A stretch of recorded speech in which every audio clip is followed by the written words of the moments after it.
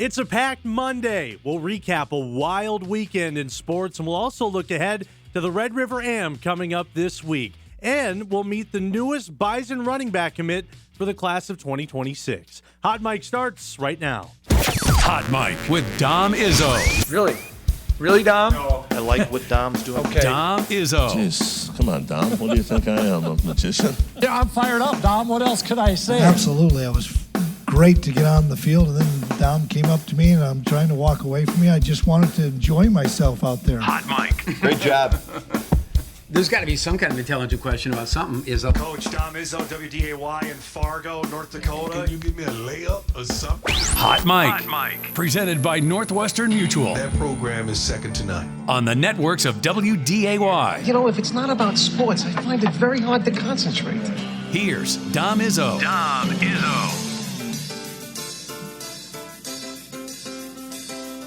Good Monday morning. Welcome to this Is the Storm Gone? Monday morning edition of Hot Mic. Storming pretty hard this morning. Looks like it's clearing up a little bit.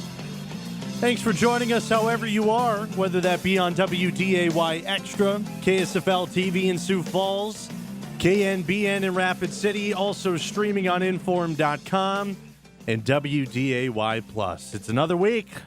Let's get into it. Lot to get into today. Sam Getzinger filling in for Dom Izzo. Dom is out on vacation. I'll be here with you for the rest of the week, up until Thursday. And then Dom is back for the Red River Am. Hot Mic will be live out in Moorhead as well, getting ready for that amateur golf tournament at the Moorhead Country Club. Looking forward to that. In the meantime, Dom's enjoying some much-deserved time off. And sounds like he had a good Father's Day yesterday as well. Hope you had a good weekend and a good Father's Day. Happy belated Father's Day to all the dads out there. I was able to see my dad, hang out with him for a little bit. The conversation quickly turned into some strong opinions on the Twins, and we will touch on the Twins as they continue to spiral downwards. We'll get to them a little bit later on in the show. But as I mentioned, a lot to get to today. I got about 40 pages of notes here, and we'll see if 2 hours is enough time. Of course, we're getting to the nitty-gritty of the NBA and NHL finals. We'll recap those from the weekend and also look ahead to what they have going on in the coming week. U.S. Open was fantastic again. Oh, man, what a weekend for golf. Yesterday was pretty fun to watch. Also, the Bison football team bolstered up their class of 2026. We'll touch on a couple of new recruits. We'll actually talk to one of them as well later on this morning in hour number 2, their first running back commit for the class of 2026. Of course, it is a Monday. That means Sam Herder is in as well. We'll chat FCS football. No shortage of things to talk about with Sam this morning. And Red River Am this week starts on Friday, goes Saturday, Sunday as well.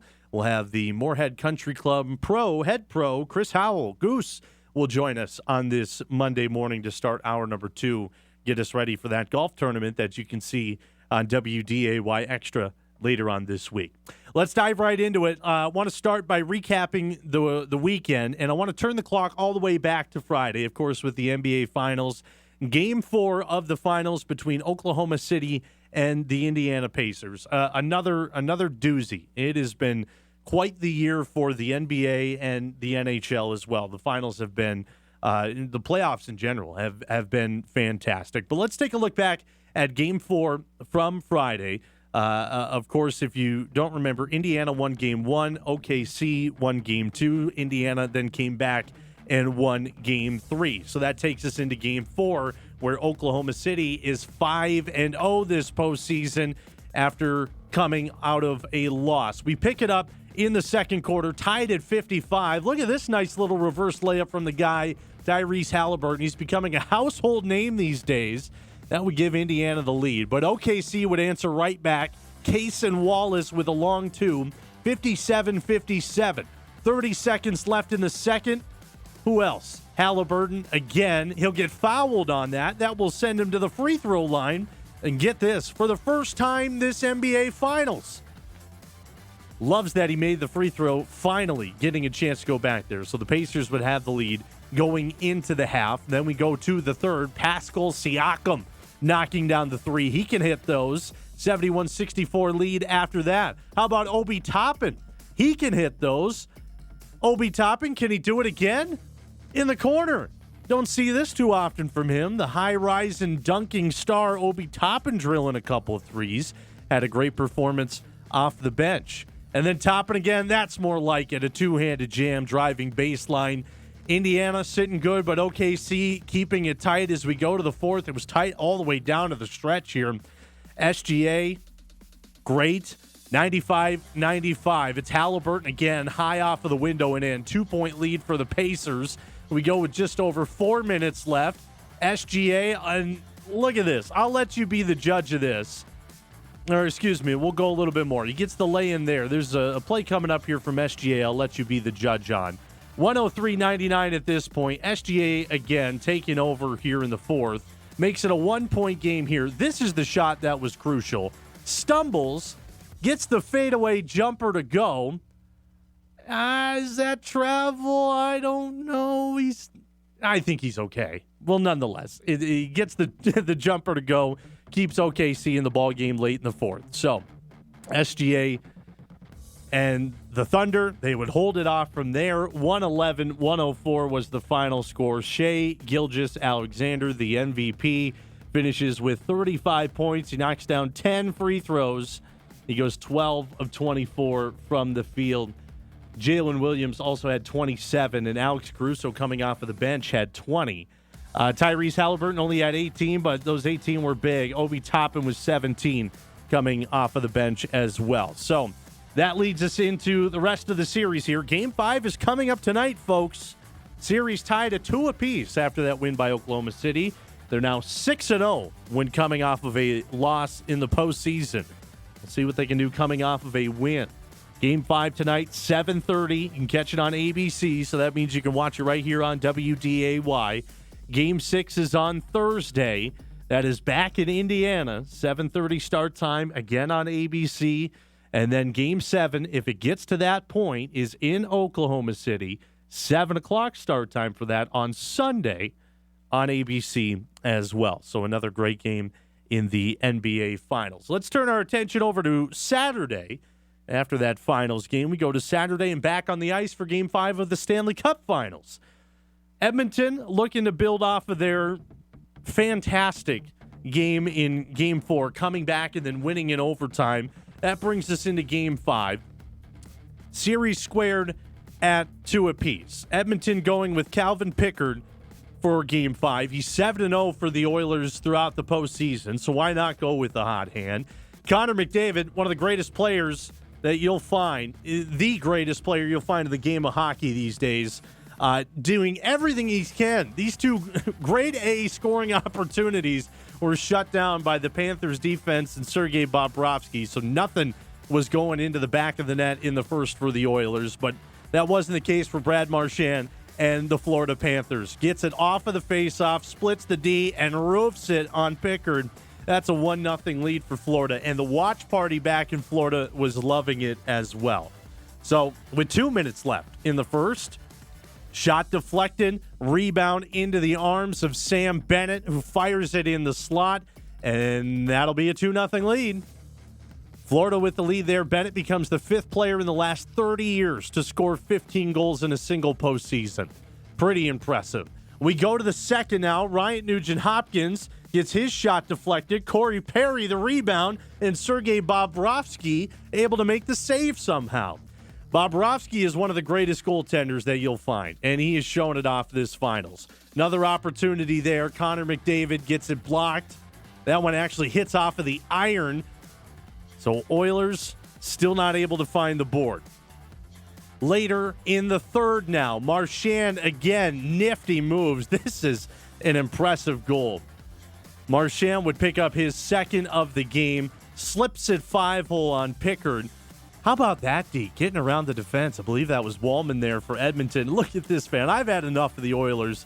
He flips over to the Panthers fandom, and I think that was the right call because the rest of the game, they had some highlights, but it wasn't great for Edmonton. They would pick up a goal here.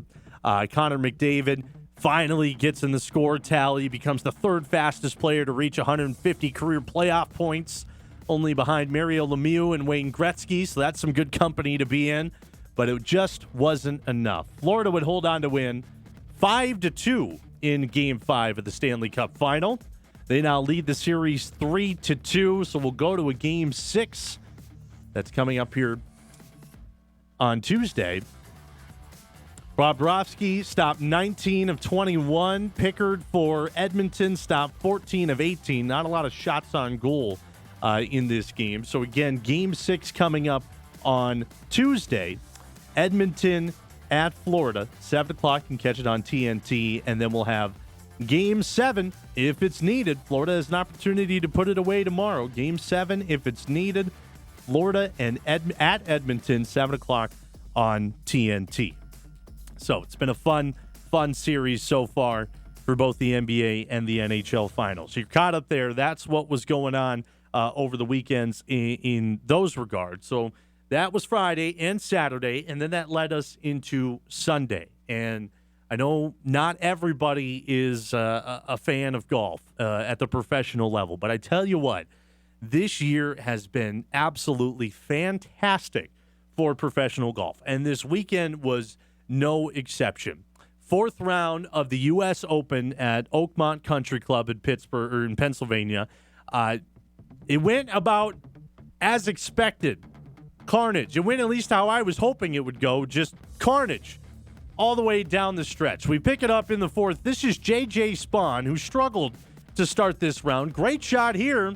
Poor outcome. Hits the pin, and it rolls all the way back into the fairway. JJ would shoot 5 over through the first 8 holes. And at that point, you're thinking, all right, he's out of it. But then the weather started to come in. Downpoured at Oakmont. So they had to squeegee off all the greens. They showed some of the highlights from the 2008 U.S. Open, which I thought was fantastic. What a U.S. Open that was with Tiger Woods and Rocco Mediate. But meanwhile, after an hour and a half, we go back to the action. Par 4 12. Spaun nails a long putt from 40 feet. And that was just foreshadowing. This was a turning point yesterday. Sam Burns on hole 15 wanted relief, and the official said, no, you got to hit it out of a puddle. It's just a puddle. But it didn't end up well. He would double bogey that hole, moving him to 3 over, essentially putting him out of contention, even though he was in the lead for a while. Robert McIntyre was great on Sunday. Par 4 17th, able to get it close. He would birdie that hole. He would shoot 2 under 68. On Sunday. This was another turning point. On the 17th hole, J.J. Spaun, drivable par 4, 314 yards, a beauty of a drive off the tee, just sneaks past the hole. He would 2-putt that in for birdie, and that would move him into the lead at even par. And this is about as crazy as it will get. Final hole, needs to 2-putt to win from 64 feet. Let's do it in 1. And J.J. Spaun, an improbable comeback. What a story from J.J. Spaun as well this weekend. Had the lead early in the tournament. He lost it throughout the weekend. Really struggled on the front 9 and then eventually bounced back, holds on to the win. And there's nothing else that the field can do but applaud. What an effort from J.J. Spaun. I know a lot of people are saying, who? I was as well. He's not a big name on the PGA Tour. There's no doubt about that. But this is what it's all about, making the comebacks. He shot a 5 over 40 on the front and then a 3 under 32 on the back. Pretty impressive stuff. Pretty impressive. And if you're wondering about Tom Hoge, unfortunately, did not make the cut. So that's another consecutive year. Hasn't made the cut at the U.S. Open since 2021. He was dang close. He was mighty close. When we left the show on Friday, he was right at that cut line. When we left the air at 11 o'clock, he was sitting at about 5 over. And then he was having a solid back 9 going. And then down the stretch, he bogeyed 17, doubled 18, and then he would miss the cut by 1. So unfortunately, the trek to make the cut at the U.S. Open for Fargo's Tom Hoge will have to hold for another year. So unfortunate on that, but overall, fantastic U.S. Open. We'll touch more on it when Chris Howell joins us to start hour number 2. Speaking of that, let's set up the show this morning. A wild weekend again leads us into a wild week ahead. Sam Herder will join us at 9:35 this morning. Lot to talk about in the world of FCS football. We have house settlement news, realignment news, you name it, we got it. We're going to talk to Sam about it coming up in just a little bit. Chris Howell, as I mentioned, the head pro at Moorhead Country Club, will join us at 10 o'clock. We'll talk a little U.S. Open, and we'll also talk about the Red River Am that's coming up this week. I believe, year number 5 now. WDAY will be broadcasting that tournament on Friday, Saturday, and Sunday. We'll get you ready for that. And we'll get you ready for that throughout the week as well, leading up to it. And then a fun one here at 10:35. Bison football got their first running back commit for the class of 2026. Godson Rufus-Okomhanru will join us at 10:35. Looking forward to that. So a lot to get to, a lot more to get to. We'll step aside here for the first time on this Monday morning. When we come back, we'll look back at some of the other stuff that happened over the weekend. Best of the weekend coming up on this Monday morning edition of Hot Mic.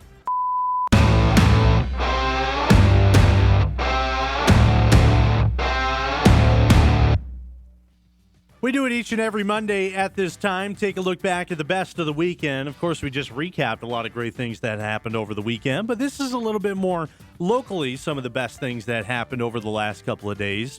If you remember, on Friday morning, we had the head coach of Red Lake County Baseball on, Mike Gullingsrud, to chat about their crazy story, crazy season, crazy Class A Minnesota State baseball tournament that they went through.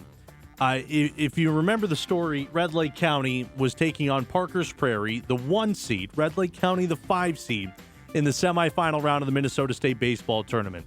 The game started in St. Cloud. It was a tight game. They go to extra innings. The rain came down. This was last Thursday. Rain came down, and then instead of waiting it out, they decided, let's beat it out. Let's move 70 miles down the road to Alexandria and play the final 15 minutes of the game there. That's exactly what they did, and Red Lake County would eventually score a run in the top of the 9th and then hold off the top team in the class in Parker's Prairie in the bottom of the 9th to advance to the state championship. So Red Lake County would go to their first ever state championship in the sport of baseball, and that game was played on Saturday morning. What a game. Taking on the 2 seed in the tournament, New Ulm Cathedral, who a lot of hype around them. You heard from Mike on Friday that is a team that can hit the ball. Well, it turns out Red Lake County can hit the ball pretty well, too. At one point, they were leading this game 5-1 after the first inning and then 9-1 after 2. Just a display of offense. They would hold on to win 15-7 in the school's first state championship game for baseball. It was the first time they made the state tournament in 10 years. What a week for those kids. Really cool to see. Top 4 hitters on that team, Will Gasecki, Gunnar Halverson, Ben Gullingsrud, and Keegan Schmitz, all combined for 9 hits, 10 runs batted in, and 11 runs scored. Talk about getting some production in the biggest game of their careers. Schmitz also tied a state tournament record, 6 runs batted in the title game. He went 3 for 4 against New Ulm Cathedral. And also Gasecki, he dominated the quarterfinal round. He would then pitch in the state title game, finished 6 2/3 innings pitched. He had 6 strikeouts and gave up 5 runs to New Ulm Cathedral. So congratulations to Mike and those guys. And that's what it's all about. A 5 seed going into the state tournament. They had a 10-run rule in their opening game against the Legacy Christian Academy. They had that crazy game in the semis against Parker's Prairie, and then they knock off the 2 seed New Ulm Cathedral on Saturday morning at Target Field, by the way, 15-7. Congratulations to them. That's what it's all about. And you heard it on Friday as well, Mike Gullingsrud say this. I mean, they're just making memories out here now. This is something that they will never forget. They said it on the news as well. That's a game that we will never forget. From sleeping on the bus ride from St. Cloud to Alexandria to eventually winning that game and then to holding on to win a title. Cool story. Pretty neat. Congratulations to them. I mentioned his name once already as we continue this best of the weekend. The Bison football team picked up a couple of commits for the class of 2026. Mentioned him once, Godson Rufus-Okomhanru. He committed over the weekend. He is now the first running back for the class of 2026 for North Dakota State football. 6 foot, 180 pounds. He's a speedster, and he's from Minnesota, from Mounds View, which is located in Arden Hills, for those that don't know. They play in the highest class, which is 6A. Now, this has been quite the ascent for Godson. We'll hear from him as well. Comes from Mounds View. Not a powerhouse by any means in the sport of football, and I'll let him explain what Mounds View football is all about later on this morning. But he is fast. I'll tell you the numbers here in a second. He finished with about 300 rushing yards last season, 2 touchdowns. He had 3 receiving touchdowns. He also had 125 receiving yards in Mounds View State quarterfinal loss to Shakopee that ended their season. So a dual threat guy. North Dakota State was the first one to offer him, and then naturally other schools jumped on his radar.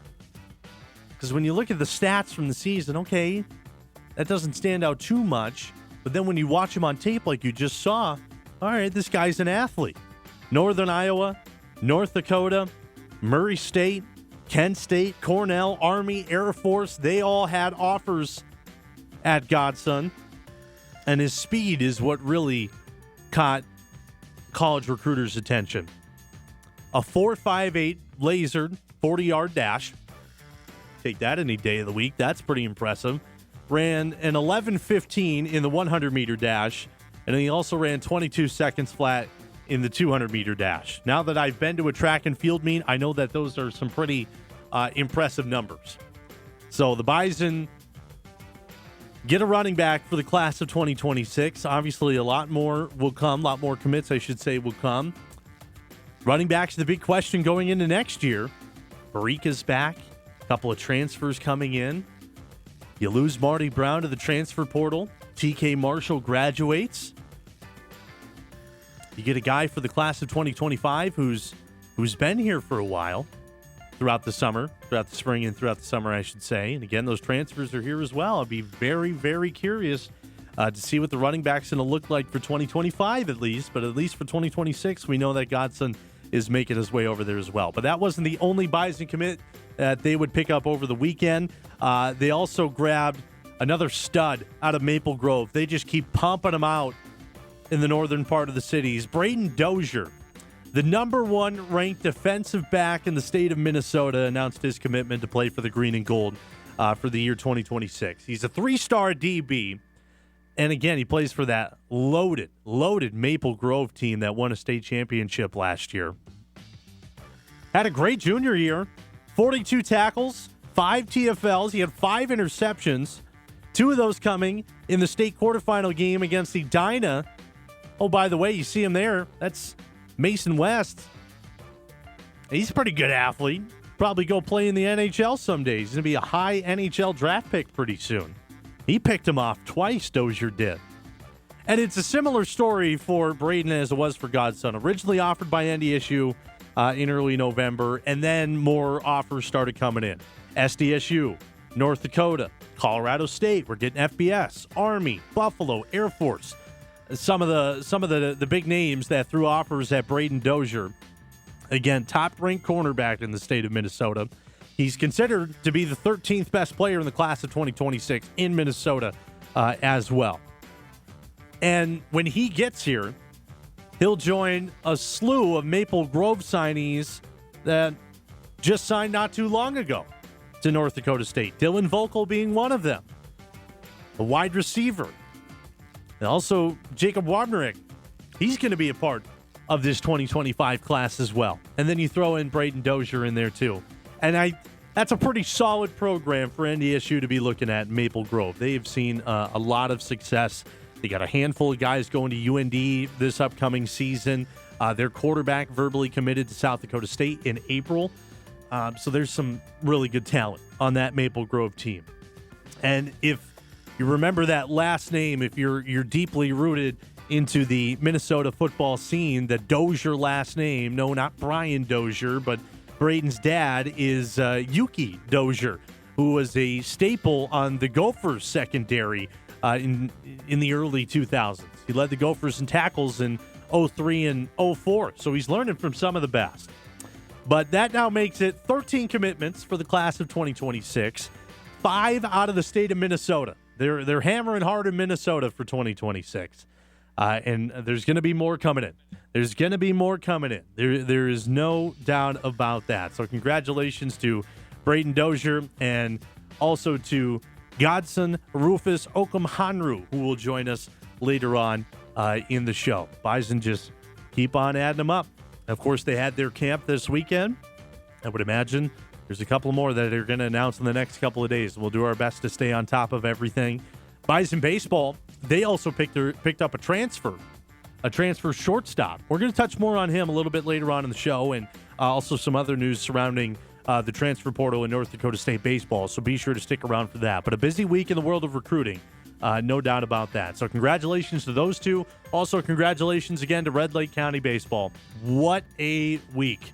What a week, and a state championship to boot. All right, we are due for a break. We'll step aside once again here on this Monday morning. When we come back, we're chatting FCS football with our guy Sam Herder from Hero Sports. A lot to get to. House settlement news, potential realignment news. We got a media day coming up. A lot to get to with Sam Herder. That's coming up next on Hot Mic. Continue to roll on this Monday morning edition of Hot Mic on WDAY Extra, KSFL TV in Sioux Falls, KNBN in Rapid City. Also streaming on Inform.com. Sam Getzinger filling in for Dom Izzo this week while he is out on vacation. It is just past 9:30, and that means it is time to chat FCS football with our guy Sam Herder from Hero Sports. A lot to get into, Sam. Thanks for coming on this morning. I don't even know where to start with how much is going on. I'll throw this at you. We got a media day for Missouri Valley football. Are you going to make the trip over for that? Yeah, that's the plan. Should be able to drive over for that. Right now, it's set for July 21st, in-person media day for Valley football in Sioux Falls. I don't know the specific location. I'm sure some type of maybe hotel with a convention center, something like that. But that's all the details I know about right now. I know that news was communicated with the Valley ADs last week around this time, I want to say, but yeah. For us in the media, there's nothing out there just yet as far as more specific details, time and place. But July 21st, the city is going to be Sioux Falls, and I think that's very exciting for the Missouri Valley Football Conference. A top FCS conference, but it always kind of felt a little junior high when you had a Zoom media day compared to the SoCon and, the UAC and the SWAC, MEAC, Big Sky, Southland, all these conferences have these in-person media days and they have these cool settings. I always kind of felt like the Valley was lacking on that front. And now this year, for the first time in a long time, they'll have an in-person one. Yeah, I'm looking forward to that. That should be a fun time. Again, that's July 21st.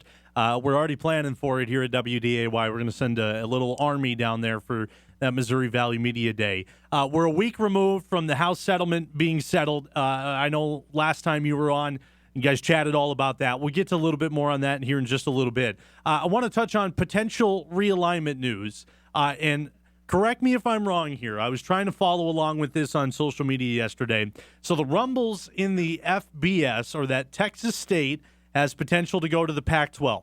And then that would potentially move Louisiana Tech to the Sun Belt. And then that leaves open a spot for the CUSA. Am I getting this right so far? So then what could happen next?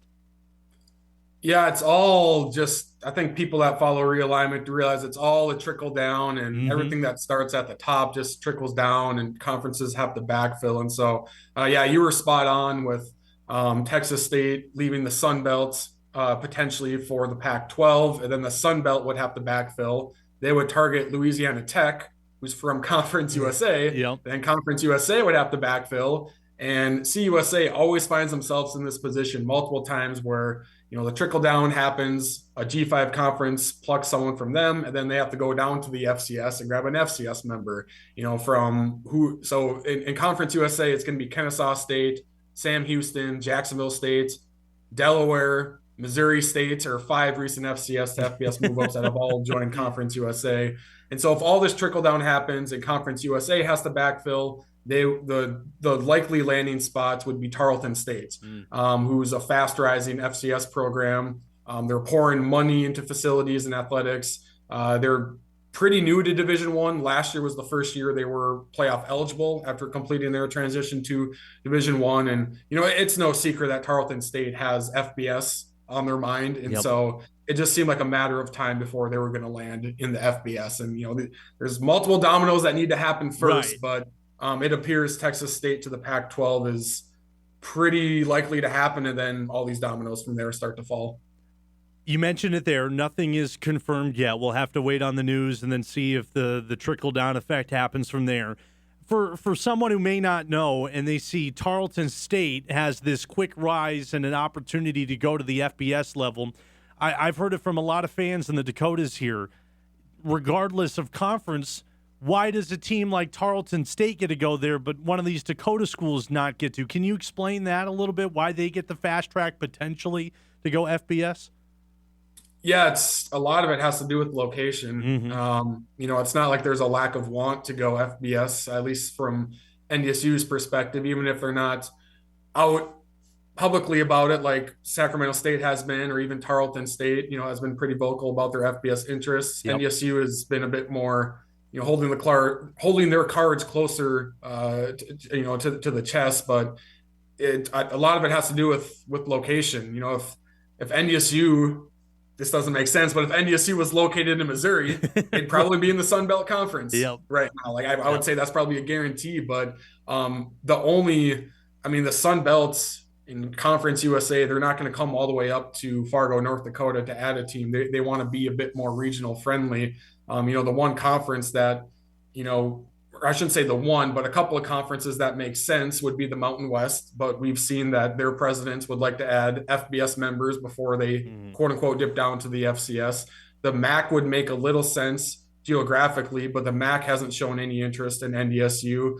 The American Athletic Conference would make some sense because that's mostly Central Time Zone. But, the AAC, they've had to add a little bit here or there. They've never really even been rumored to even be looking at an FCS edition. They're more likely to pluck someone from, another D5 conference. And again, it's all this trickle down where the letters FCS, they presidents look down at that letter C. They look down at the letters FCS. And so they would rather add another FBS team to their conference before quote unquote dipping down to the FCS. And that's why I've said, when there's all this realignment happening, it seems like the G5 gets plucked, and so they pluck from each other. Then eventually, it's Conference USA who's the one left grabbing at FCS teams, and Fargo is just way too far north for Conference USA, and so it's less for how much this doesn't make sense, but in realignment it does. What you do on the field is probably not even the top 5 listing criteria as far as making the move to FBS. It's location, it's opportunity, it's conferences that need members. So that's a reason why you would see a team like Tarleton State move before NDSU, or a team like Missouri State, who really hasn't been good in football until the last few years, why they've made the jump quicker than the Montana schools or NDSU or any of the other Dakotas. With everything that's going on right now, and I saw you talking about this on social media the other day, how likely is it for Group of 5 FCS to eventually come together and it all form one? Is that a thing that down the road that could be a thing?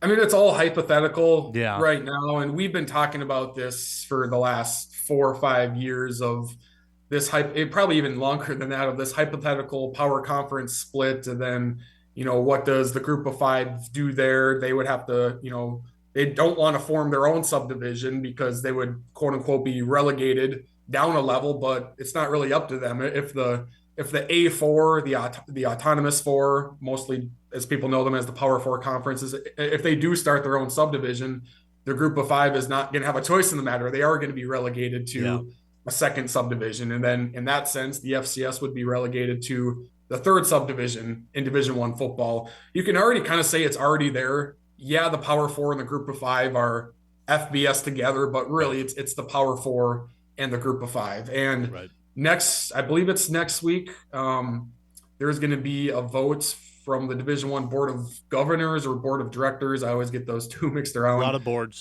Of a new governance structure in NCAA Division I, where the Power Four conferences get so much voting power. And within that, there has been talk about the A4, Power Four starting their own football subdivision where they play completely by their own rules.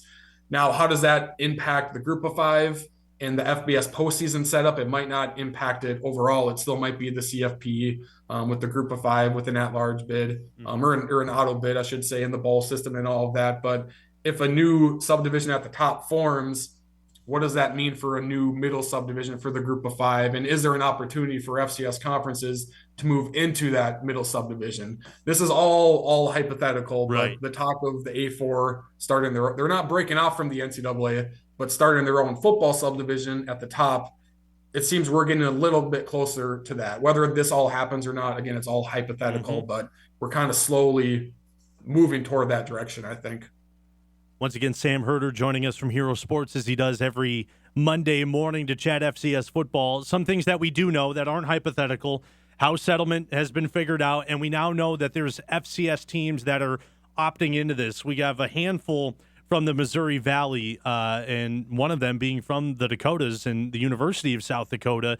That deadline got pushed back for the decision makers to decide if they want to opt in or not. I think that was the right decision because that is a tough thing to make, tough decision to make in that short of a time span from when the House settlement was figured out to when the original deadline was. Do you agree with that? Yeah, it definitely need to get pushed back just because the overall, what the House settlement means, like the 1,000-foot view, like everyone was aware of that with like roster cuts and all of that. But like the very in the weeds day-to-day operation and how you structure rosters and how scholarships and granting aids and all this small stuff that schools need to know about. The mid-majors didn't know those details until middle of last week, I want to say, when there was like a 30-something page FAQ of all these in the weeds. And I was reading it and half the stuff, like, I don't know what that means. I don't know what that means. It's all this athletic department jargon. And so the mid-majors needed to know, all these small details before they opted in. And so that's why it did make sense for the opt-in date, opt-out date to be pushed back to pretty much the end of this month to give these non-Power Four conference schools a little bit of a runway to go through all this and figure out if this is something they want to do or wait until next year or the year after or not opt in at all, at any point down the road. I think I got them all here. South Dakota, Youngstown State, Illinois State, and Murray State so far from the Missouri Valley have all opted in, if I'm correct on that. But Sam, I'm curious what this means for a school like Murray State. They released they put out the release saying they were going to opt in, and if I saw it right, I don't think I saw any mention of football. It was all about the success of their other sports. I'm curious what this means for a school like Murray State. Yeah, and even like a school like David. Like they're opting in, but that's, for basketball, right? It might not necessarily impact football. And so for a team like Murray State or a school like Murray State, a lot of this is going to be for, as far as like revenue sharing, like a lot of it will probably be for basketball, maybe for baseball too, since they're having some success, maybe a little bit for football as well. But these opt-in decisions are athletic departments as a whole. It's not just for football, obviously. And so you see Murray State, opting in. How much does that impact their football team? Maybe some, maybe not a whole lot. They'll have to roster cuts, a little bit, maybe. I don't know how many guys they had on the roster originally. Quite a bit, Yeah, I mean, some people look at roster cuts and say, oh, you're cutting your entire practice squad, like to cut down to 105. But I've looked at some rosters, like half of the SoCon teams already were at 105, 106. South Dakota State last year had 110 players on their roster. And so if you have 5 players, that's not ideal, but you're not, gutting most of your team. And so it's not like there's a bunch of FCS teams out there with 120 player rosters, 125 player rosters. I don't know what Murray State is at, but maybe the biggest impact for them opting in is maybe cutting a few roster spots for the football program. Okay. Interesting. Couple more before we let you go here, Sam, on this Monday morning. FBS Oversight Committee is meeting today, expected to decide on Sac State's FBS independent waiver. What have you heard on this, and what's the latest that you can share? Yeah, it'll be interesting to see how the vote goes. I think I'm still 65%, 70% that it probably is going to pass, or they are going to approve the waiver. But at the same time, the FBS Oversight Committee is made up of FBS administrators, schools, conferences, and so it's FBS administrators deciding if they're going to allow Sac State to come in as an independent. They could easily say, no, we don't want that because we don't want to open the floodgates of other schools to also follow that same suit, right? 5 other FCS programs could say, well, you let Sac State join as an independent. We want to do the same thing. So I could see them voting no. The reason I don't think they will is just, Sac State could counter and file a lawsuit and that. And so I could see the NCAA maybe nudging them in the right direction to waiver to go through. But it's important to keep in mind that the NCAA itself isn't deciding this. It's FBS schools and conferences themselves. And so that meeting, I think, starts at 2 p.m. Eastern time. So we'll see if any leaks come out of that, if someone breaks the news on whether that gets passed or not. But certainly a big day for Sacramento State. Last one here for you, going back onto the House settlement stuff here for a second. There's conferences that have not set scholarship caps, and then there's some that have set scholarship caps. Missouri Valley's going to decide on that here coming up. What does that mean, and really, does that change much of anything?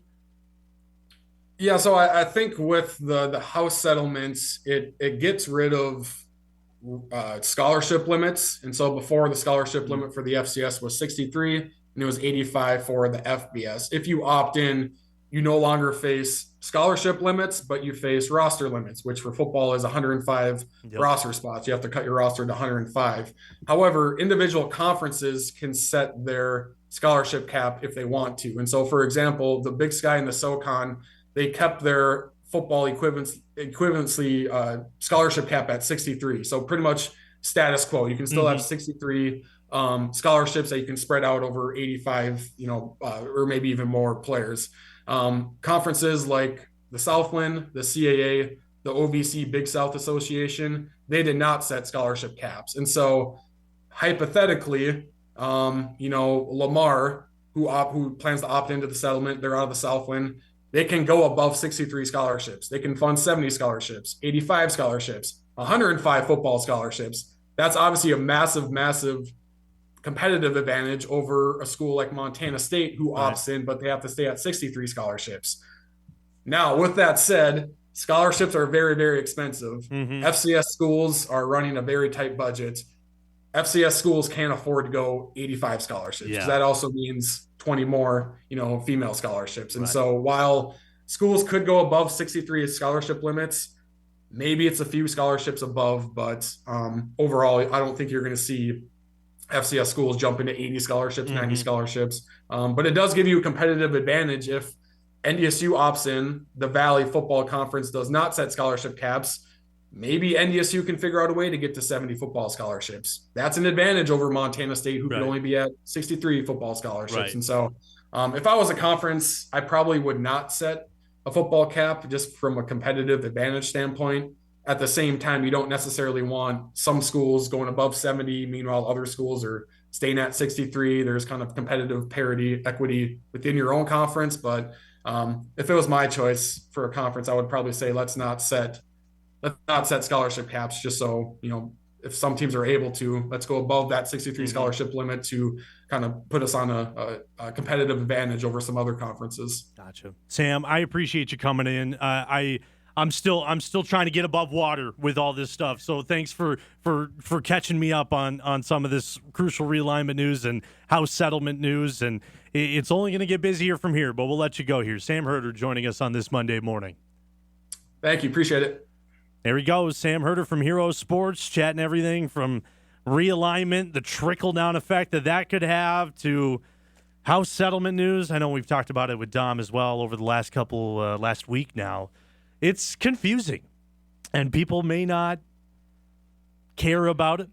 Eric says he still doesn't understand it. It's going to take a while. I think once you need to see things go into effect to full, and that may not be for a little bit down the road. People may not care about it now, but I tell you what, it really, the writing on the wall says that you're going to care about it down the road. And if you're a fan of FCS football, especially if you're a fan of FBS football, things are going to look a little different. That's at least from what I can tell with the writing on the wall. So I appreciate Sam Herder for coming in and chatting about what's going on there. Due for a break, so let's step aside here. When we come back, we'll wrap up hour number 1. Of course, in hour number 2, we're chatting golf. We're chatting bison football as well. We'll get to the Twins in there at some point when we can as well. Hot Mike will return after this. We continue on this Monday morning edition of Hot Mike. We're chatting golf in hour number 2. Chris Howell, the head pro of the Moorhead Country Club, will join us. Preview the Red River Am. We'll talk a little U.S. Open as well. That's coming up when we come back on Hot Mike. This is Hot Mike. Hot Mike. On the networks of WDAY. WDAY. Here's Dom Izzo.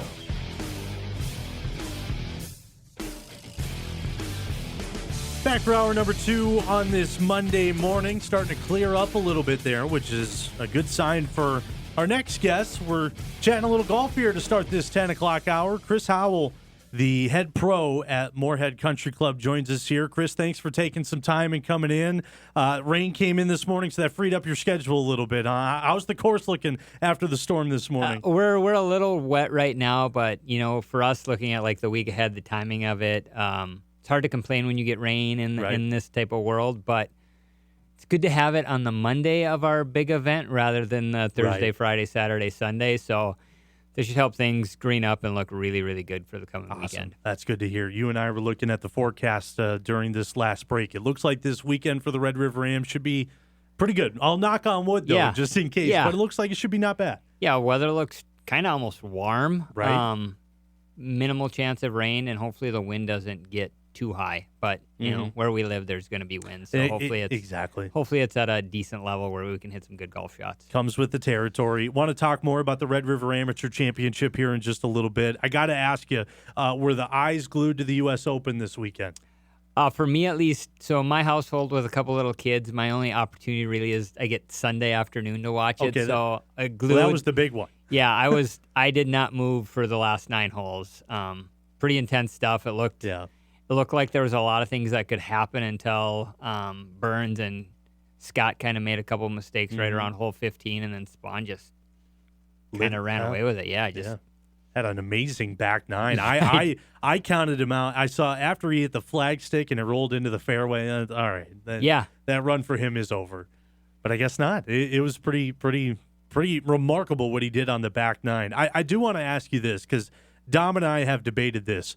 Are you a fan of that kind of tournament, a bloodbath where it's so hard for even the world's best, or would you like something, I don't want to say easier, but maybe a little less challenging? I think once a year it's great. Yes. If you had to watch that week in and week out, it would be probably people would be tuning out. But the fact that we get to watch them absolutely suffer and grind like us mere mortals get to do every week, day in and day out, I think it's great, and it's a great test to find out who has the most complete game. Absolutely. I mean, you can't have a weak spot in your game to win that event. I'm in the same boat as you, and I told this to Don last week. We can watch them shoot 12 under throughout the week at the John Deere Classic, but this is the U.S. Open. I don't want them to mow the rough. I want to see it a little bit high, harder to hit out of, and I'm glad you agree with that. I got some help on my side here. That's that putt from J.J. Spawn, 64 feet. What was your reaction to that? I mean, he was really fortunate. He caught some good breaks at the end, right? As he hits first into the green, hits it, kind of pulls it left, but playing a safe shot, making sure he's making par at worst. And then Victor Hovland hits one just a little bit outside of him, almost on the dead exact line. So he gets an idea on what the pace is going to look like, what the read's going to look like, and he just made a good putt like he did the whole back 9, and it just happened to go in. Right. I mean, with the way those greens were playing, and I know you can touch on. You've played in rainy conditions, I imagine. I mean, that's how hard is that with how much rain that they had from that distance? That is impossible. I mean, for these guys, right? They control their golf ball so well, right? With spin, launch, everything. Now we get a little moisture on the club face, a little moisture on the ball, and everything starts reacting to something they can't anticipate and know how it's going to come off the club. Like you watch a couple of guys, I think it was Hovland. I'm trying to think who else who looked like they hit these great shots that were going to kind of grab. Yep. But like first bounce and the second bounce skips and they end up through the green where, they're used to that second bounce grabbing, staying, or even coming back a little bit. It just makes it a little more unpredictable on how that ball's going to react to shots, and then they just kind of start scratching their head. One more for you on the pro golf world, then we'll chat what's going on over at your club. I think this year in total on the PGA, whatever tour you want to watch, this year has been fantastic to watch professional golf. Would you agree with that? I would agree. I mean, we've had some great champions. It's always fun to see some of the favorites like Scotty and Rory win, but then you get guys like Ben Griffin is having an unbelievable year, and J.J. Spawn's been knocking on the door for a while. So just a lot of parity right now. Yeah, absolutely. It's been a really, really fun year to see what these guys are doing. I'm envious of how they're playing this year and the drama week in and week out.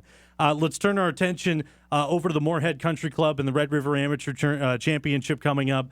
A couple months into the season, how's the course looking? I imagine you guys are booked wall to wall, huh? Yeah, we're as busy as we want to be with member play right now, and then all the other activities that come along with it, with like junior golf, ladies lessons, couples, men's, everything that goes into it. But yeah, we're in a good spot right now on how busy we want to be. You were on a couple of months ago when Dom was here to chat about this and get the outlook from back then, but now we sit here a couple of days away. What goes into this preparation process, not just getting the course ready, but all the logistics around it to get a tournament like this off the ground? It used to be a lot easier before. Yeah. Thankfully, before WDAY got involved, right? You'd run a golf tournament. There was none of this extra stuff. You'd make sure the golf course was in good shape, well marked. Everybody was notified. You're making sure your communication's going out and making sure everybody knows what's going on for the week. Mm-hmm. And then just kind of reiterating that as they show up. And now it's all of that and a little bit more, and then adding this element of TV on and coordinating. Right. There's a lot more coordination on when we send players out, right? Normally, we always do a first in, last out. But with the TV broadcast, even though we do a cut on after Friday to Saturday, we'll have tee times. Our lead players, our best players in the field will go out right around that noon time because that's when broadcast starts, instead of being last out at like 2 p.m., right? So those type of wrinkles to try to coordinate schedules to make sure WDAY and you guys can continue to do what you do and how you do it so well. I think this has been really cool. This will be I finally get to help out this year, which I've been clamoring for the last couple of years. I'm really looking forward to this. I thought it was fantastic last year, and you mentioned it there. We'll be on the air at 12 every day, Friday, Saturday, Sunday, and then on Friday we'll go till 3, and then Saturday, Sunday until it's all said and done. Just to see these athletes.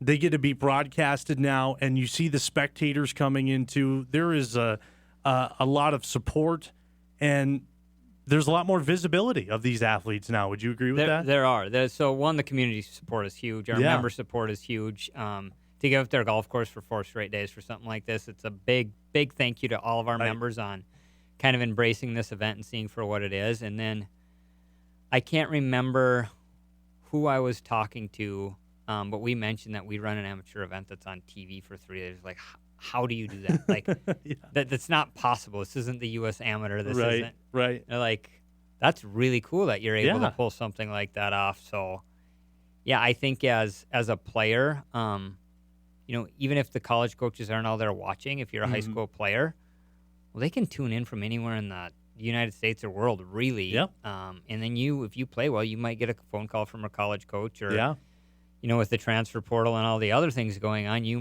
might be at a current situation where somebody might call you to try to poach you to go somewhere else if you have a great golf tournament. Nothing wrong with getting more eyes on you, no doubt about that. I remember last time you were on with Dom, speaking of spectators, you brought up parking. You figured out the whole parking situation at all? We got some 6-passenger shuttle cars to get people to and from where we need to go.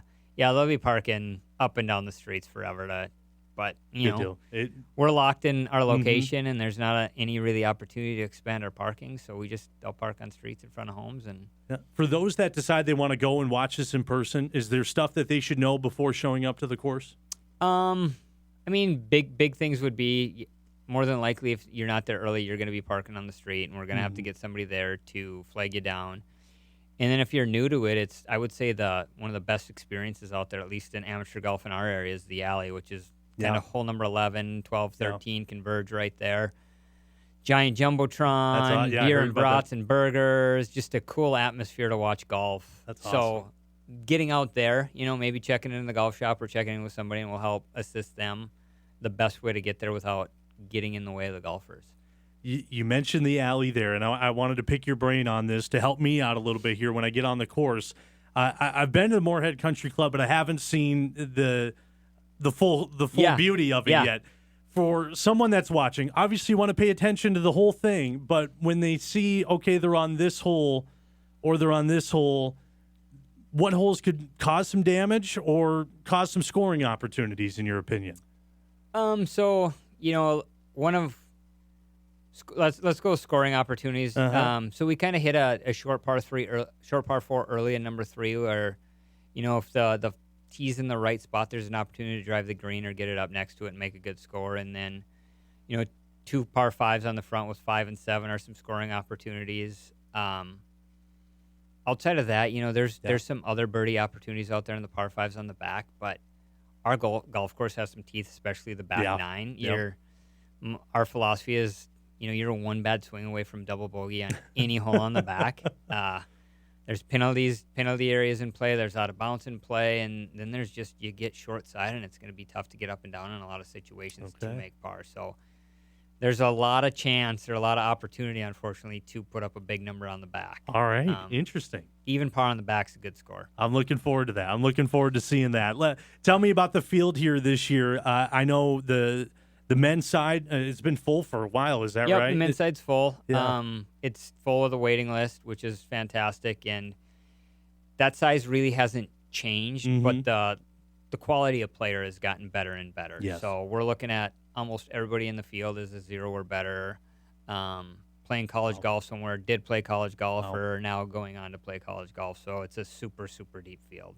And then you add on top of that World Am golf ranking points. That is... These guys are giving it their all. You're not going to see them just go out on a lazy Sunday. No, because of that, we're able to draw some players that are high level from other areas like Iowa, Nebraska, some Texas, because those ranking points mean something to get into some of these bigger amateur events too. That if you're not playing, if you're a good amateur and you're not playing an event with those points, it's almost pointless for them to do it. And now maybe they qualify for the like the Western States or one of the big events that are in other parts of the states. I imagine a lot of returning names on the men's side then? A lot of returning names. Deal. Yep. Awesome. That's good to hear. Over on the women's side of that, I was watching it last year in our coverage on WDAY Extra.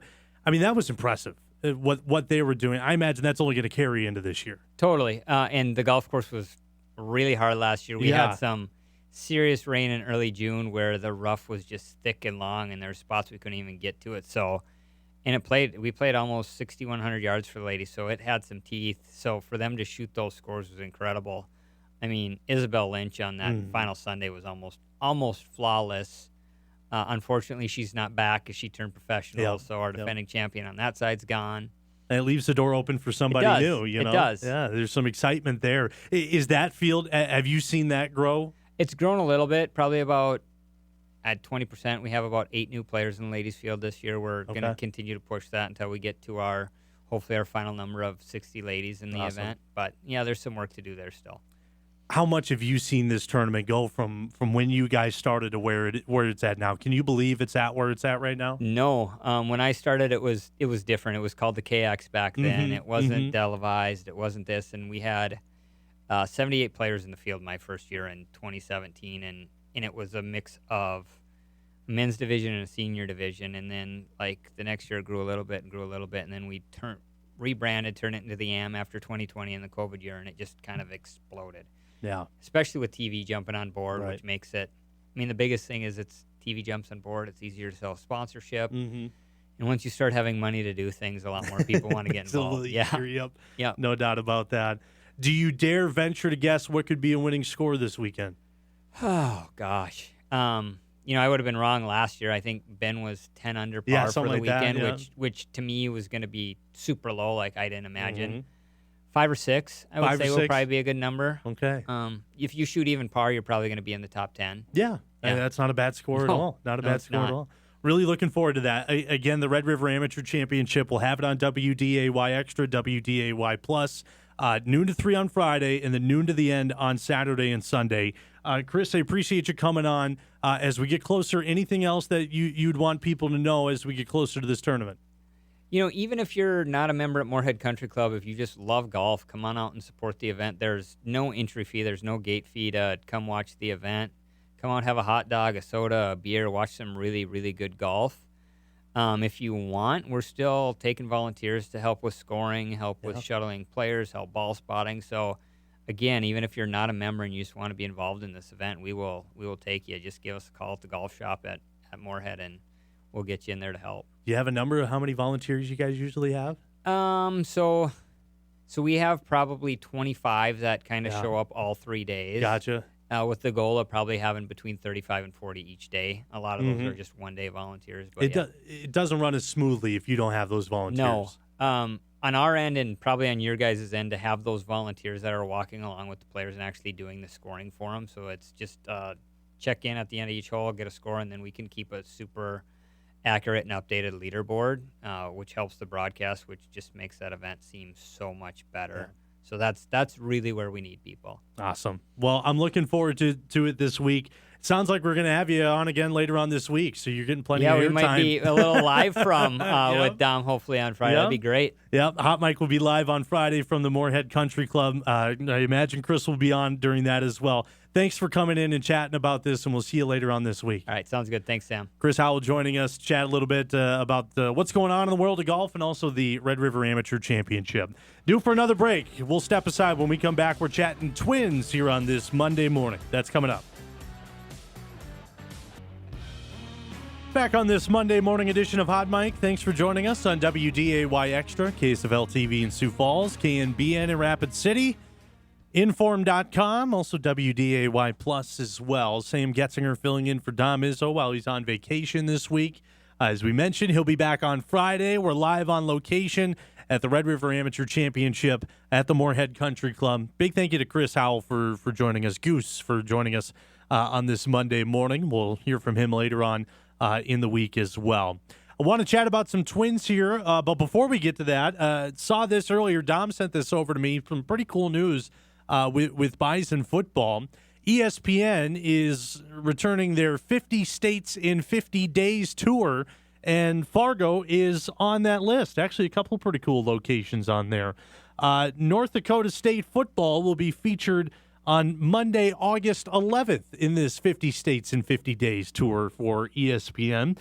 So that's pretty cool. It looks like they'll be there at 1 o'clock, as that's when they'll hit the air. Matt Berry will be the ESPN anchor on site. Matt's very good. So Bison football getting some national airtime here coming up. Again, it's in August. I don't know much of the details on it, like if fans can go and watch or not, or what the deal is around that. I'm sure we'll learn more as we get a little closer. But cool deal there. Going to a lot of other places as well. They're going to go to Minnesota for a WNBA Finals rematch between the Liberty and the Lynx. That will be on July 30th. So keep your eye out on that as well. Cool deal that's going to happen over there. Showcase the new facilities at NDSU and the Fargo Dome as well, and what Fargo has to offer. So looking forward to that. Again, that's coming up in a couple of months here at the end of August. Want to chat some Twins here while we have a couple of minutes, and before we get into our next guest to chat some more Bison football. Of course, when we left you on Friday, chatting with Corey Provis, talking about the Twins, that of course they were coming off that homestand where it did not go the way they wanted to, dropping 4 of 6 games. They gave up 10 runs in 5 games to start the month of June. Just was not going well. Injuries are striking. It just hasn't been pretty. And like I mentioned at the beginning of the show, my dad had a lot of choice words for the Minnesota Twins over the weekend. They went to Houston over this past weekend. Game 1 did not go good. They gave up 10 runs again, so now make that 6 in the month of June. Game 2, they got walked off. This is Game 3 yesterday. Started off strong. Brooks Lee with a hammer to left field. That would leave the yard. That would put Minnesota up 1-0. And how about this stat line? Brooks Lee has a homer on Father's Day and Mother's Day of this year. Doing it for the parents. We go to the bottom of the ninth. Still 1-0 Twins. Jeremy Pena up with a 3-0 count. He takes the walk. And now there's one out here. Pena's on second after stealing a bag. Jose Altuve will run out a ground-out single. Okay, runners on the corners here in the bottom of the ninth. That's never good. And that would bring up Victor Caratini. He hits a fly ball to left field. That will be good enough for a sac fly. So then we go to extras. Bottom of the 10th. We're still tied at 1. There's 2 outs. Runner on second. Mauricio Dubon will hit it to left field. Tracking for it. No, just over the head of Willie Castro out in left. And Twins get walked off for the second day in a row. 2-1 the final score. Dubon with the walk-off to left. The struggles just continue. They get swept by the Astros. That's tough. They're now 36-35. They're nearing that 500 mark. They're still second in the AL Central, but I tell you what, that gap is tightening. It is tightening. So they got a series with Cincinnati coming up. They're off today. You see the gap there. Cleveland's right on the doorstep. Half game back of the Twins. Twins are 9 games back of Detroit. So they have their series against Cincinnati coming up. Off day today. 3-game stretch Tuesday, Wednesday, Thursday. Then they're back home against Milwaukee, a series that Eric is very, very excited about. He's going to head over there coming up soon. Some other headlines for the Minnesota Twins before we go to break here over this last series. Royce Lewis just cannot catch a break. He gets injured again. It's been a really, really tough stretch. He left the game on Saturday. We'll show you the video here in just a second. Looks like another left hamstring strain. He just can't. I think Dom tweeted out best. His body's betraying him at this point. So he's back on the 10-day injured list, and we got teased a little bit. He homered on Friday. Oh man, that's awesome. Good for Royce coming back and getting some offensive production, and then tries to leg this one out to first base, and it's a similar injury. He missed the first 35 games of the season with a moderate strain of that same hamstring, running out of ground ball in spring training, and now we're right back to square one. Be curious to see how long this is going to go for. Of course, we know Pablo Lopez is on the 60-day IL. Zebby Matthews has been dealing with injuries, but also on Saturday, Byron Buxton, who we told you on Friday had a fantastic home series against the Texas Rangers, had 6 hits in those 3 games, had a bomb of a home run, 480 feet, had a great catch in center field as well.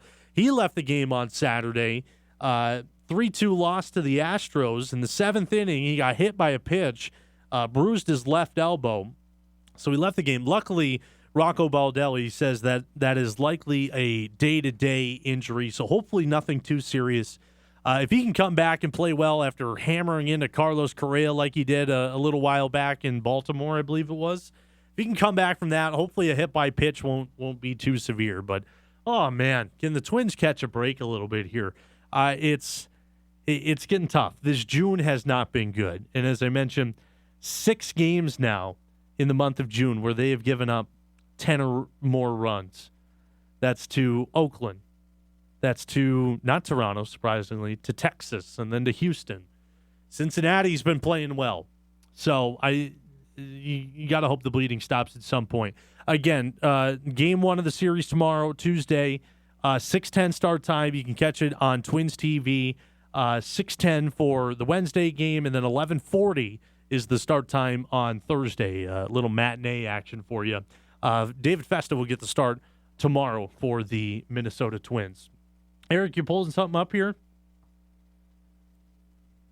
Got some breaking news for us at all? Not breaking news. I mean, it kind of goes off your guys' conversation with you and Dom last week about benches clearing brawl. Oh, yes. This popped up on my Twitter feed. Oh, that's quite the brawl. Everybody's coming. Huh. But they're not doing anything. Well, it does get a little interesting. The cameras cut away. They threw at a guy. Guy got mad. Blah blah blah. Yeah. And then it's just a bunch of standing around. Do we really need to delay a baseball game? But for he got one guy that's actually trying to fight somebody. That's a good point. There's always that one guy. Look at 51. He's holding the dude back. He's like, let me at him. It's all bark, no bite. My question is, this is a minor league game too. It's a high A minor league game. Why would you if you're a bullpen guy? Why do you even run in? I don't know. Seems like a waste of time to me. Stand out there in the outfield and yell at each other. I totally agree. Well, it's just a whole all bark, no bite over there. They did try to the camera I think cuts away if I remember correctly, cuts away, and then they try to go again at first base, and it's just what are you doing? Yeah, Are you trying to get yourself attention? I agree. I think so. We'll leave it at that. But there's some news on the Twins here as they get ready for their series with the Reds. We're due for a break here. We'll step aside. When we come back, we're going to introduce you the newest Bison running back commit for the class of 2026. We'll speak to him when we come back on Hot Mic. We continue on here on this Monday morning edition of Hot Mic, WDAY Extra, Inform.com. Gave you the news, some exciting news. ESPN's coming to Bison football practice in the end of August. A lot of stuff happening with Bison football. We told you earlier some recruiting news as well. Finally get the chance to meet the first running back for the class of 2026. Happy to welcome him on. Running back from Mounds View High School out of Arden Hills, Minnesota. Godson Rufus-Okomhanru will join us here on this Monday morning. Godson, thanks for joining us, taking some time here today. Committed not too long ago, decided you're going to continue your football career at North Dakota State University. Describe the last couple of days after you made that decision. What was the reaction like, and how are you feeling about making that decision? So obviously I feel great about the decision. I think I picked the right place, and the reaction from everybody around me has just been great. Everybody, this is Minnesota, NDSU is a big topic here. Yeah. So NDSU is obviously one of the top schools for athletes in Minnesota. So everybody had a good reaction. And at my school, Mounds View, Billy Turner came from my school, so they already have a connection with NDSU. So all the coaches that know him, played with him, coached him, been around him, they just heard a lot of things about NDSU. So they have that strong connection, and they already love that for me. So, yeah. So you knew about them, but when did NDSU come on the radar and you start getting some attention, and then an offer came out? Give us that story. So it was halfway through my junior season. So my junior season was my first opportunity to start on varsity. So around the fourth or fifth game, I got a junior day or game day invite to come watch the game versus UNI. I got there, all the coaches treated me great, and then Coach Paulsek pulled me into his office with my parents, and then sat us down, talked about my film, and then he talked about he was like, "Yeah, you have a great smile." So I just kept on smiling, and then he offered me that same day, and it was crazy because I wasn't really expecting it, because just having half a year of varsity film on my record, yeah, and then getting a Division I offer like NDSU was just crazy to me. I want to talk. Yeah, I want to touch on your junior year in just a second. But as you were here up in Fargo, what made NDSU stand out to you? Was it the facilities, the history? What set them apart from your other offers? So obviously the facilities are great. The history is great, phenomenal history. A championship winning team, obviously. But I think what set them apart was the relationships, the relationship between the players, the staff, the coaches, everybody, the townsfolk. Everybody was just connected, and I really like that connectedness. And I like here in Minnesota, I have that connectedness with the people in my school, the people in the area, friends, family. I just love that connectedness. So that's what I would like to be a part of. That's awesome to hear. You mentioned it. So you had half a season of film for your junior year. What was going on your junior season? Did you start on JV? What's the story there? And when did you get the call up, and how did that all go down? So sophomore year, so I got pulled up at the end of freshman year for playoffs, but everybody gets pulled up. So it's like I'm just there for extra support people. And then sophomore year, I was up on varsity the whole year. I didn't play that much, but I got in a little bit. I don't think I had any catches either, but I started on JV and sophomore teams. So then after that, junior year was when I really got like a shot at starting because a bunch of guys graduated. So I had my chance, I had my opportunity, and I took it. And I think I performed pretty good in the first couple of games to secure that offer. Describe what it was like then as the season was going on and after the season, and you're getting college attention. Did you think going into the year that, hey, this was a possibility that college teams are going to be reaching out to me? So yeah, at the beginning of the year, because sophomore year I posted all my film. So I was reaching out to coaches, doing all that stuff. So I had gotten back. They had gotten back to me with like camp invites, junior game day invites. So then I was like, okay, let me just see what goes out from here. And then I just thought, okay, let me perform, let me do what I know I can do on the field, and then see how it goes. And then obviously got those invites, and then got to those offers. Tell us about Mountains View football. I'm a Minnesota guy.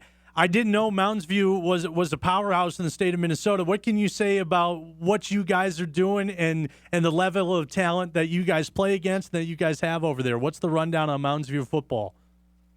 So we're we're a small school. So out of the 6A teams, we're like bottom 5 and like in population of the school. So like we have like 1,600 students. I think the bigger schools have like 3,000 and upwards. So like we're obviously a smaller school. We have smaller guys, but I think we have a great culture. So we have this tough culture that we have. We have the staying mentality. So I think we all just like always have that chip on our shoulder because we're always a smaller school. We play against big teams. Like we had a game against Shakopee last year, playoff game. We lost that game, but I know like everybody put their all into that game, and it was definitely a close matchup. Shakopee lost to the team that won state, so I think we put up a really good fight. I think we could have won that game if things happened differently, and obviously we do have a lot of talent in all of our athletes, and I think Mountains uses them in a good way and produces them and grows them. So, yeah. I know you're a guy who can play around the field. In your conversations with Coach Polisek, was running back what you guys decided on? Is that going to be the primary spot when you come up here? So no, actually, I'm at wide receiver. Well, they're going to start me at one position, and then like after I learn that position and their offense, I'll like move to running back, or I start at wide receiver and then mix in some running back, and then find out a way that I can do both. Awesome. Or start learning running back and then mix in wide receiver, and then get to a point that I can do both at the same time. Getting a little the up and coming of the next Rajah Nelson coming up here to Fargo, so that's awesome to hear. Describe your game for some. We showed some of the clips here just a couple of seconds ago. Describe your game. What sets you apart from the other athletes on the field? I'd say I'm decently fast. I think that's an understatement, man. You're underselling yourself there. Thank you. I think I'm decently fast. I think I have good vision. I trust my hands, and I'm pretty confident on the field. So like, I don't think it would matter who was guarding me. I'd be confident in myself to be able to make a play against them. And I think having that confidence is a big part of doing what I do. I want to talk about your track career here in just a second, but tell me about football. When did that come into your life, and has that always been number one for you, or is this a late bloomer kind of thing? So my mom, I tried to play football 6th and 7th grade. My mom was scared, so I couldn't play. And then 8th grade, I finally convinced her I came up to her with like 5 of my friends, like pleading to play football. So I played 8th grade. I played running back, wide receiver, and outside linebacker. So then I just went from there and then played freshman year, sophomore year, up until now. That's awesome. Did you feel a little bit behind the 8 ball not starting earlier, or were you able to jump into it pretty easily?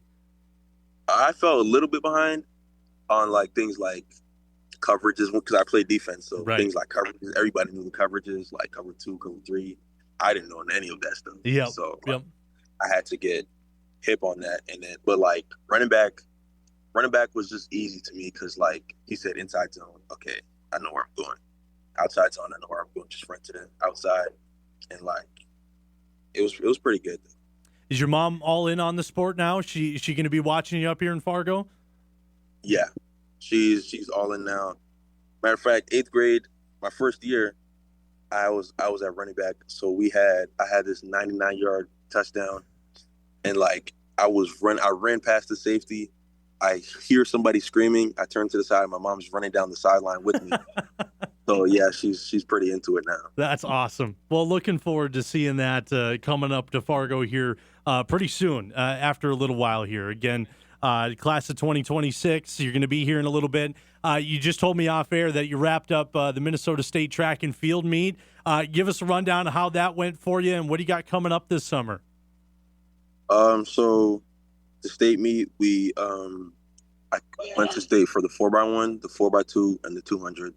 So in prelims, we were seeded 3rd in the 4x2, and then the 4x1 we didn't qualify for finals, and then the 200 I was seeded 5th, and then finals day it was raining a lot from the beginning of the meet to the end of the meet, and then my hamstring was messed up. Both my hamstrings were messed up, and then I just didn't run a good race. So I got 7th in the 200, and then the 4x2 we ended up 3rd.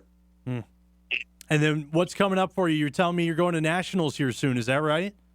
Yes. So we have nationals in Oregon. Yep.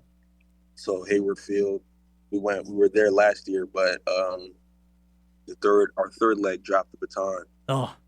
So we ended up not getting All-American. Well, we got All-American status this year, just from our times. Yep. So we should be able to go back and solidify that. Awesome. Well, we'll be rooting for you. We'll keep tabs on you. And best of luck when you go there. Best of luck throughout the summer, and also good luck for the upcoming football year. Thanks for joining us here on this Monday morning. Thank you so much for having me. Absolutely. Godson Rufus-Okomhanru joining us here on this Monday morning edition of Hot Mic. An exciting recruit coming in for the class of 2026. As I mentioned earlier, we're now up to 13 for this class, 5 out of the state of Minnesota. What a cool story there.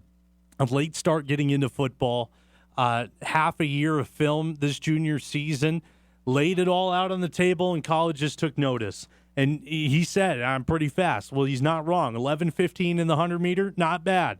22 seconds flat in the 200, not bad. A 4.58 40, you'll take that. That's pretty good. Thanks to Godson for joining us here on this Monday morning. All right, we are due for a break. We'll step aside when we come back. Chat a little bit about what's going on in NDSU baseball, and then we'll get into what to watch and wrap things up on this Monday morning edition of Hot Mic.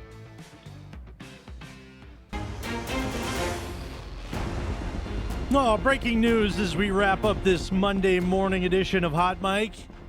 Out of the competitive eating world, Joey Chestnut will enter once again into the Nathan's famous 4th of July hot dog eating contest. Let's go. Awesome. Get to see the best to ever do it get back out there. I wonder if there will ever be a time where he becomes washed up. Joey Chestnut, in my world, he's a household name. Eric was telling me in the commercial break, there's some people back there who may not know who Joey Chestnut is. One of the greatest hot dog eaters of all time. Can shovel down 60, 70 hot dogs in whatever, 10 minutes? Is that what they get? Happy to see him back. Eric, do you want to add on to that? Are you stoked for this news? Dude, I'm pumped because this is the best news. I mean, it just makes the 4th of July that much better because I live for watching this. Yeah, But that's also, what you live for. How many people here, like at WDY, do you think it would take to eat 70 hot dogs in 10 minutes? Oh, I tell you what, it would take 20. Do you think we could beat Joey Chestnut? No, there's no chance. You could put the entire station up, and I don't think we would have a chance. I would be honest with you. I don't think anyone's dipping the hot dog in the water. I can guarantee you that. I'm not. Would you do that? No, you got to dip the bun into the water, and no. I went into one competitive eating contest. It was with the station. I believe it was over at the Red River Valley Fairgrounds a couple of years ago. I thought I did pretty well, but I was about to throw up after that. It was not a pretty sight. How many Pepto-Bismols did you chug after that? It was tough. I can't remember what I ate. I think it was like loaded fries or something like that. Oh, man. That was a little much. Hey, could you do the 999 challenge? Nah, maybe. Probably. It looks like I could. I don't know. I haven't tried it yet. We'll have to see. I don't know if that would work. That's, 9 beers, 9 hot dogs, and 9 innings? Yeah. I have to go to a local Red Hawks game this summer and figure that out. We'll have to see. So Joey Chestnut is back in the mix at the Hot Dog Eating Championships. One more thing to get to before we go into our what to watch and wrap things up here. Wanted to touch on this. We'll touch more on it tomorrow and give it a little bit more time. Of course, on Friday, we told you Jake Schaffner for NDSU baseball, former shortstop, stud shortstop, elected to enter the transfer portal, and he made the decision he's going to go to the University of North Carolina. Really good baseball program over there. Made it to a super regional this year, hosted the super regional, but lost to Arizona, who's already out of the College World Series, by the way. A couple other stars from this last year made their announcements over the last couple of days. Summit League Pitcher of the Year, Nolan Johnson. He will head off to TCU for the upcoming season. Nolan had 71 strikeouts and 76 2/3 innings pitched. TCU lost in the regionals this year, but Nolan Johnson will be moving on. Also another position player, Davis Hamilton, who was a stud this year for Bison baseball. He's going to go to the University of Minnesota. He batted .314. He had 5 homers and 42 runs batted in. So those two have landed on their home, and if you're keeping tabs, that leaves Landon Koenig, Logan Knight, and Danny Lockenmeyer still on the market. We're going to touch more on this topic throughout the week as well. I'm sure we'll learn where the others are going to go over the next couple of days. The Bison did get a transfer shortstop out of the portal, Cal Jones from Division II powerhouse Henderson State. We'll try to get him on the show over the next couple of days as well and chat about that. So it looks like they're backfilling that shortstop position already. Cal Jones, impressive, 311 at the plate last year, 3 homers, 20 extra base hits. He had 30 runs batted in as well. Henderson State, if you haven't heard about them, they were big time when I was coming up through school at St. Cloud State once we got to the Division II national tournament time. So Cal Jones will head to Bison baseball for the upcoming season. Again, more on that throughout the week here, but just a heads up on what's going on. All right, let's get into what to watch and get out of here on this Monday.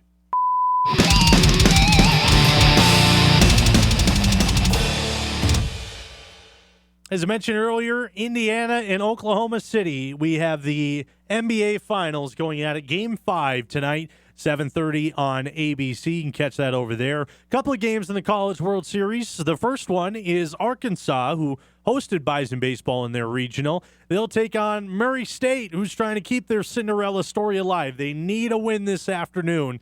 1 o'clock first pitch on ESPN. We'll see if the Racers can get it done against the top team in the field. And then, of course, not a lot else going on besides a couple of College World Series games, a couple of Gold Cup games as well. Los Angeles and New York, that's the Angels and the Yankees, 6:05 on MLB Network. Oh, by the way, the Dodgers and the Padres, Shohei Ohtani will get the start tonight at 9:10 on MLB Network if you want to stay up that late. Big thank you to all our guests, Sam Herder, Chris Howell, Godson Rufus-Okomhanru, We'll get that name right, no doubt about that. Big thank you to them for joining us on this Monday morning. If you missed the show, you can podcast it. We'll see you tomorrow.